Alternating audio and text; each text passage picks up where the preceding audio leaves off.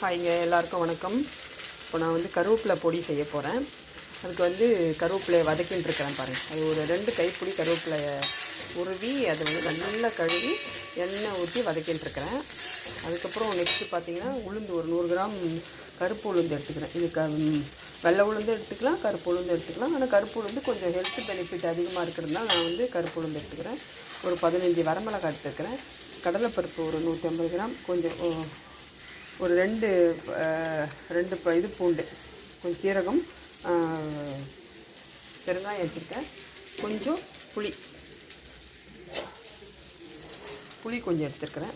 இப்போ பார்த்தீங்கன்னா இதில் வந்து நல்ல ஒரு ஹெல்த் பெனிஃபிட் இருக்குது. நம்ம பெரியவங்களாக இருந்தாலும் சரி, சின்னவங்களாக இருந்தாலும் சரி, கருவேப்பிலையை சாப்பிடும் போது பொரிக்க வைக்கும். கருவேப்பிலை, பூண்டு இது எல்லாத்தையுமே நம்ம என்ன செய்வோம், பொரிக்க வச்சுட்டு தான் சாப்பிட்றோம். இப்போ இது எல்லாமே நல்ல ஒரு, இப்போ நாம் சாப்பிட்ற உணவில் எந்த ஒரு நல்ல ஒரு ஹெல்த்தான உணவே நம்ம சாப்பிடல.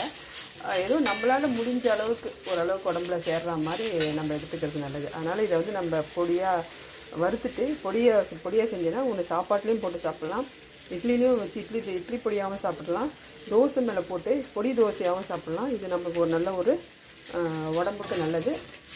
மறைமுகமாக இந்த சத்து வந்து நம்ம உடம்புல போய் இந்த கருவேப்பிலையோட சத்து போய் இறங்கிடும். ஏன்னா இது ரெண்டுத்துலேயுமே நல்ல ஹை ப்ரோட்டீன் இருக்குது. கருப்பு உளுந்து, அப்புறம் வந்து கடலைப்பருப்பு, இதுக்கப்புறம் பூண்டு, பெருங்காயம், சீரகம், இது எல்லாமே டைஜஷன் ப்ராப்பர்ட்டி. அது புளி இருக்குது. இது எல்லாமே உடம்புக்கு நல்லது. இதை வந்து நம்ம செஞ்சு சாப்பிட்லாம். முக்கியமாக நம்ம குழந்தைங்க, நம்ம பெரியவங்க கூட ஓரளவுக்கு சரி சாப்பிட்றலாம், உடம்புக்கு நல்லது அப்படின்னு நினைப்போம்.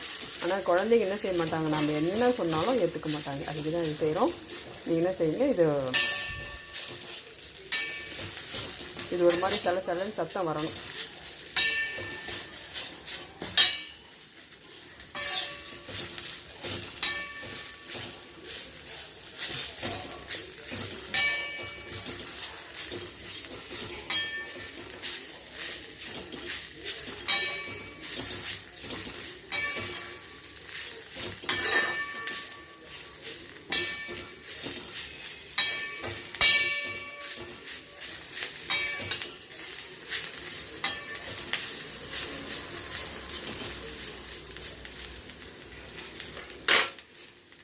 இன்னும் கொஞ்சம் வறுபடணும்.